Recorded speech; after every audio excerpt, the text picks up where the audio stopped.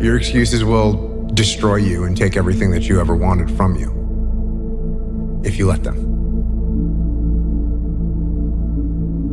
When your excuses make you feel a little bit better about the fact that you didn't execute on what you needed to execute on, then they can make you feel better, but they're not helping you. They're not helping you at all. Why does discipline equal freedom? Because the more discipline you have in your life, the more freedom you will end up with. So if you lack the discipline to exercise and eat healthy, you will end up being a slave to disease. If you lack the discipline to work hard, save your money, you will end up a slave to finances. If you lack the discipline to manage your time correctly, you will end up with no free time. If you have self-discipline, if you have the discipline to save your money and work hard and invest your money properly, if you have the discipline to manage your time correctly and not waste a bunch of time, if you have the discipline to exercise and eat healthy, you will end up with freedom. If you want freedom in your life, you have to have discipline. Because if you're a kid right now and you're eating Doritos off your belly, I know they taste good and there's some immediate gratification, and I get that. But I'm gonna tell you, it starts right now. Throw that bag of Doritos away. Get rid of it. Go do some push-ups. Go spend $12 at the hardware store and hang up a pull-up bar in your room and start doing pull-ups. And if you can't do one pull-up, hang on that bar. And you're gonna start to get a little bit stronger. You're gonna start to get a little bit healthier. You're gonna start to get more focused. You're gonna start to become more resilient. And you're gonna start to understand the world better. And you're gonna start to progress in every aspect of your life. And you'll see that if you have that kind of discipline right now, you're gonna end up with freedom. Because you're sad, now you're gonna make a bunch of bad decisions because you're sad. No, it doesn't work like that. It doesn't work like that. You're sad, okay. You get emotional sometimes, okay. Got it. Now, get control of your emotions and carry on with your life. And sometimes you're gonna get hit with those waves, and that's okay. No, at a certain point, you say, okay, my emotions are now leading me down the wrong path. I'm in control. I'm not gonna allow my emotions to make my decisions. They're in the calculus. I'm not saying take your emotions out of the calculus, but they have to be one component of your calculus, not the whole equation. You can't pull them out of there or they'll bite you, but you can't make them the overwhelming denominator of everything that you do, or it's gonna be problematic.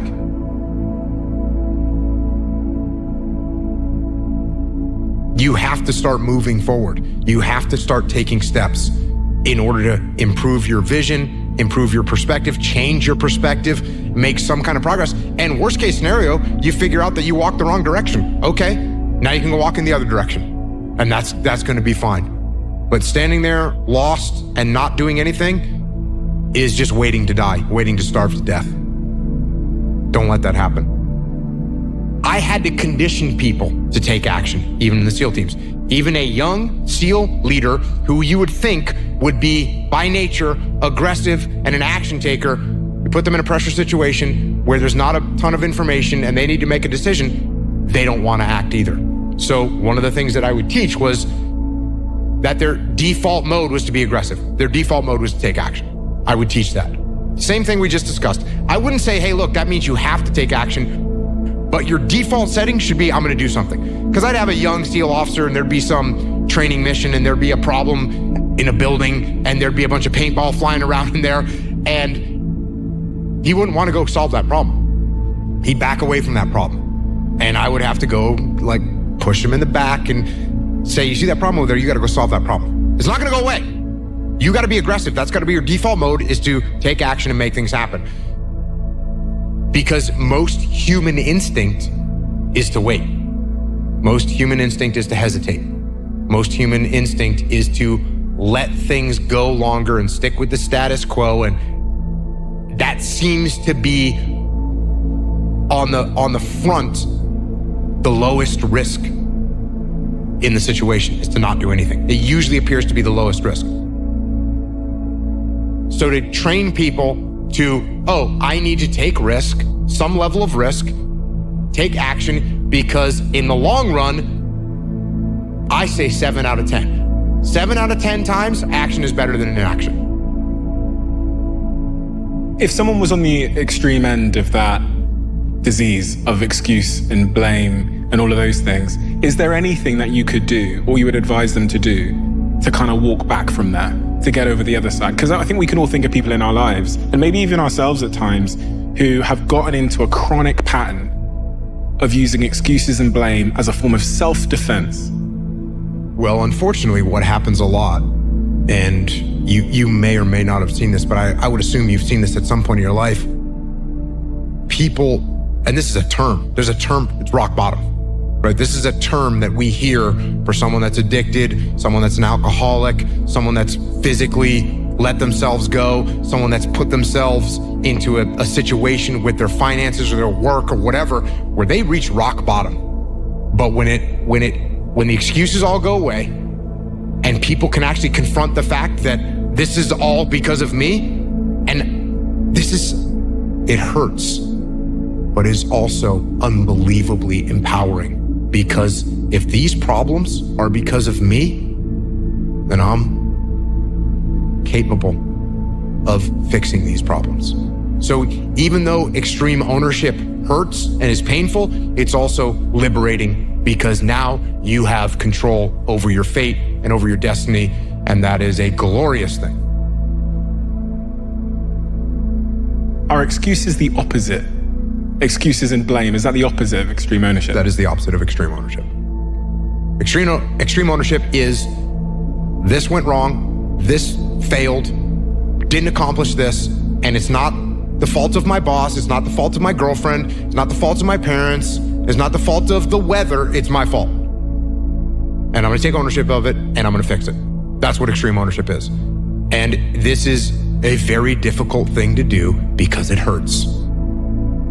Because when you look around at your life, and you look around at your job and your financial situation and your relationship and your physical health, and when you look at all those things and all the problems that you may have with those things, and you say, the reason I have all those problems is because of me, that can hurt, that can sting.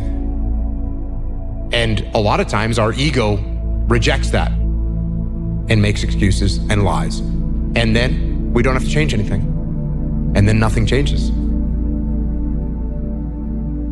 What you learn to do is, okay, I'm gonna go forward.